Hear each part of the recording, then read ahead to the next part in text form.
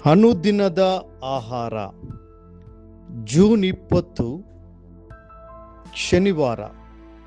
ಪ್ರತಿಯೊಂದು ಯೋಚನೆಯನ್ನು ನೀವು ಸೆರೆ ಹಿಡಿಯಿರಿ. 2 ಕೊರಿಂಥದವರಿಗೆ 10ನೇ ಅಧ್ಯಾಯ 5ನೇ ವಚನ. ಎಲ್ಲ ಯೋಚನೆಗಳನ್ನು ಕ್ರಿಸ್ತನಿಗೆ ವಿಧೇಯರಾಗುವಂತೆ ಸೆರೆ ಹಿಡಿಯುತ್ತೇವೆ. ನಮ್ಮ ಮನಸ್ಸು ಒಂದು ಯುದ್ಧ ಭೂಮಿ.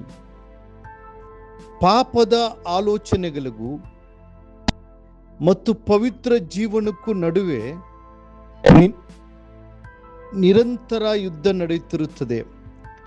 ಶಾರೀರಿಕ ಆಲೋಚನೆಗಳು ಮತ್ತು ಆತ್ಮಿಕ ಆಲೋಚನೆಗಳು ಒಂದಕ್ಕೊಂದು ಹೋರಾಡುತ್ತವೆ. ನಾವು ಶಾರೀರಿಕ ಆಲೋಚನೆಗಳಿಗೆ ಆಸ್ಪದ ನೀಡಿದರೆ ಪಾಪವು ನಮ್ಮನ್ನು ಆವರಿಸಿಕೊಳ್ಳುತ್ತದೆ. ಆದ್ದರಿಂದ ನಮ್ಮನ್ನು ಪಾಪಕ್ಕೆ ನಡೆಸುವ ಆಲೋಚನೆಗಳು ಮತ್ತು ಶೋಧನೆಗಳ ಬಗ್ಗೆ ನಾವು ತುಂಬ ಜಾಗರೂಕರಾಗಿರಬೇಕು. ನಾವು ಪ್ರತಿಯೊಂದು ಆಲೋಚನೆಯನ್ನು ಕ್ರಿಸ್ತನಿಗೆ ವಿಧೇಯರಾಗುವಂತೆ ಸೆರೆ ಹಿಡಿಯಬೇಕು. ಒಮ್ಮೆ ಒಬ್ಬ ಸಹೋದರನು ಕುಡಿತದ ಚಟದಿಂದ ಬಿಡುಗಡೆ ಹೊಂದಿ ಸರಿಯಾದ ಮಾರ್ಗಕ್ಕೆ ಹಿಂತಿರುಗಿ ಪರಿಶುದ್ಧವಾದ ಜೀವನದಲ್ಲಿ ಬೆಳೆಯಲು ಪ್ರಾರಂಭಿಸಿದನು.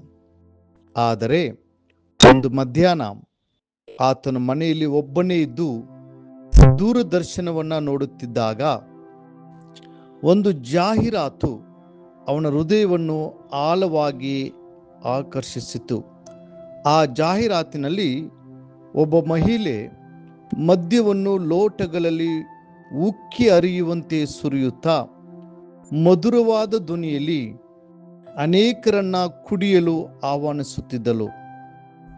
ಅವಳು ಮದ್ಯವನ್ನ ಬಡಿಸುತ್ತಿರುವುದನ್ನು ಮತ್ತು ಜನರು ಆನಂದದಿಂದ ಕುಡಿಯುತ್ತಿರುವುದನ್ನು ನೋಡಿದಾಗ ಅವನ ಕಲ್ಪನಾ ಶಕ್ತಿಯು ವೇಗವಾಗಿ ಕೆಲಸ ಮಾಡಲು ಪ್ರಾರಂಭಿಸಿತು.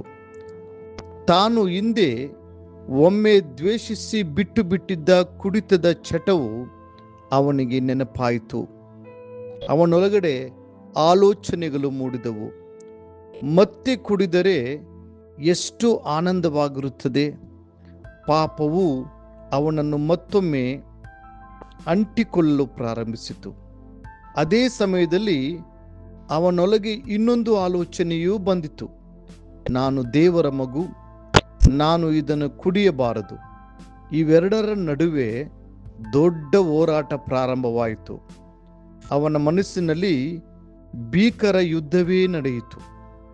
ಅವನು ಕಣ್ಣು ಮುಚ್ಚಿದಾಗಲೆಲ್ಲ ಆ ಬಾಟಲಿ ಮತ್ತು ಆ ಮಹಿಳೆಯ ಚಿತ್ರವೇ ಅವನ ಆಲೋಚನೆಗಳಲ್ಲಿ ಮರುಕಳಿಸುತ್ತಿತ್ತು. ಅವನು ಇದರ ಬಗ್ಗೆ ಎಷ್ಟು ಹೆಚ್ಚು ಯೋಚಿಸಿದನೋ ಅವನಿಗೆ ಮದ್ಯದ ಮೇಲಿನ ಹಂಬಲ ಅಷ್ಟು ಬಲವಾಯಿತು.